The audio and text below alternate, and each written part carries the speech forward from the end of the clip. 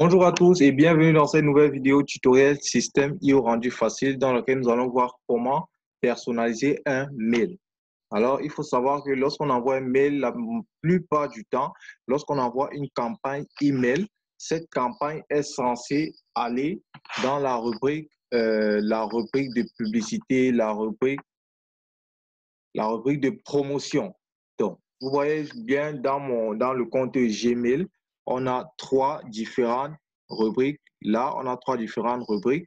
Et maintenant, en fonction de la rubrique qu'on va choisir, en fonction de la rubrique que l'on va choisir, c'est en fonction de ça clairement, OK, que le taux d'ouverture de mail va être élevé ou bien il va être bas. Bon, c'est vrai que ça dépend aussi de plusieurs facteurs, mais c'est un facteur important à ne pas négliger parce qu'il faut savoir que lorsqu'un mail vient ici directement à Principal, lorsque l'utilisateur se connecte à sa boîte mail, directement, il va voir le mail là et il va pouvoir l'ouvrir.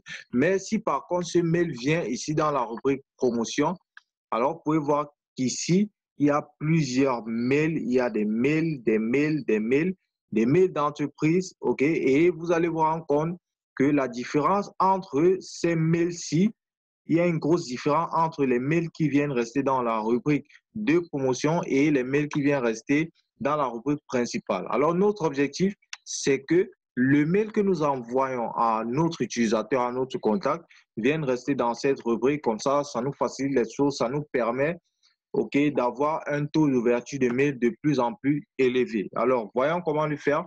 Déjà, pour voir de quoi je parle clairement, on va ouvrir ce mail que j'ai envoyé à un de mes contacts. Bon, je n'ai pas envoyé avec cette adresse email-ci. J'ai juste fait une redirection pour que les choses soient plus faciles, pour que je n'ai pas tout le temps à me connecter à la boîte mail professionnelle, que directement à partir de ma boîte mail personnelle, je puisse voir tous les mails qui arrivent et maintenant pouvoir aller répondre de l'autre côté si je veux. Alors, vous pouvez voir ici, Johanna. Ça, c'est le nom de la personne et vous pouvez voir que, bon, c'est pratiquement pas exactement le même nom, mais c'est pratiquement le même nom. En fait, ça, c'est le nom que la personne a envoyé parce que je ne vais pas appeler Johanna, je ne vais pas appeler quelqu'un qui s'appelle Luc. Johanna, ça n'a pas de sens, ok? La personne sera même très énervée et risque de décrocher, de se désinscrire à la campagne et tout. Donc, le fait de personnaliser le mail comme ça, là, c'est aussi une stratégie de neuromarketing qui touche votre internaute.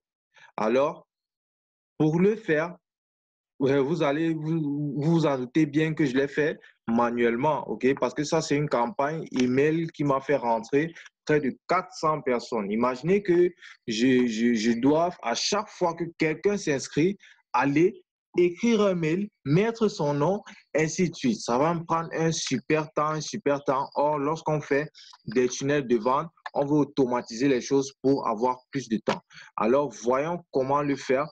OK, là, nous sommes sur la page d'accueil, le dashboard. Tout ce que nous avons à faire, c'est venir ici sur email. OK, et nous allons ouvrir campagne.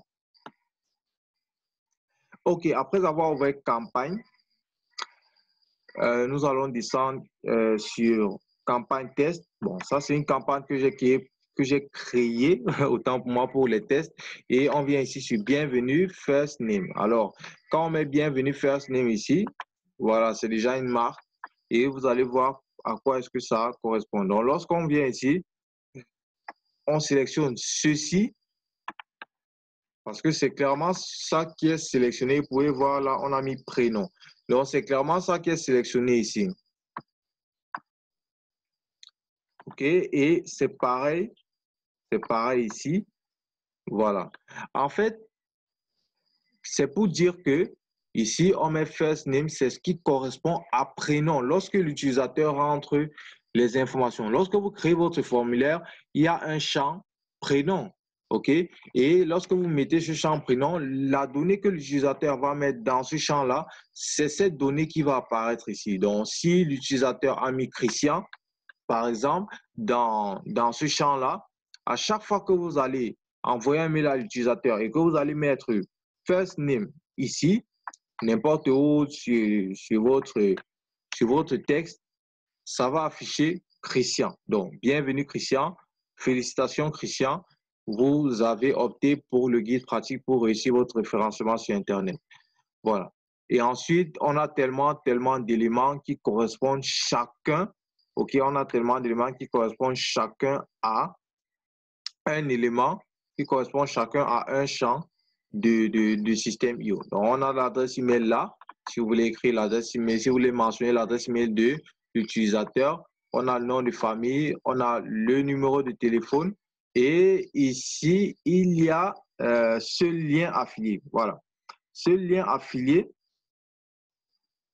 OK, ce lien affilié-ci, bon, il y a des formateurs qui envoient ce lien affilié à chaque utilisateur. Donc, à chaque utilisateur, lorsqu'il envoie sa campagne mail, il envoie ce lien affilié. Alors, il faut savoir que c'est quelque chose qui est automatisé. Donc, directement, il vient, il copie ici, affiliate ID, et il vient, il colle quelque part dans son texte là. Et à chaque fois que ça va envoyer, ça va prendre le lien affilié de la personne, ça va juste coller là et ça va envoyer un mail personnalisé. Voilà. Donc, ça, c'est tout pour pouvoir personnaliser le mail, donc ajouter le nom clairement pour se sentir encore plus proche, OK, de la personne à qui vous vendez parce que ça peut carrément faire augmenter vos ventes.